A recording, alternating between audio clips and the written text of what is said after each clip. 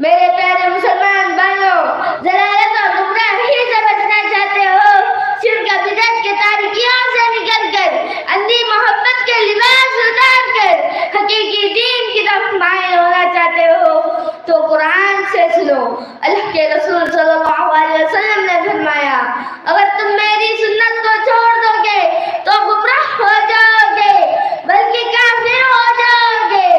ایک اور حدیث میں رسول اللہ صلی اللہ علیہ وسلم نے فرمایا، میں تمہیں دو چیزیں چھوڑے جا رہا ہوں، جب تک تم ان دونوں کو مضبوطی سے تھام لو گے تو تم گمراہ نہیں ہو سکتے۔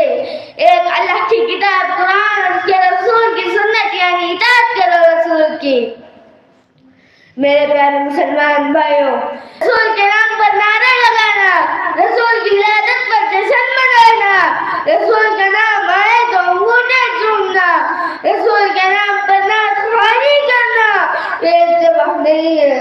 اتباع یہ ہے رسول اللہ صلی اللہ علیہ وسلم کو اپنی جان سے بھی زیادہ پیار اور ان کے تعلیمات کو اپنائے اور ان کے طور طریقہ ہماری زندگی میں ہو۔ اس کے بہترین مثالیں صحابہ کرام کی زندگی میں۔ آخر میں اللہ تعالیٰ سے دعا ہے، اللہ تعالیٰ ہم سب کو صحیح معنوں میں رسول اللہ صلی اللہ علیہ وسلم کی اطاعت کرنے کی توفیق دے۔ آمین۔ السلام علیکم ورحمۃ اللہ وبرکاتہ۔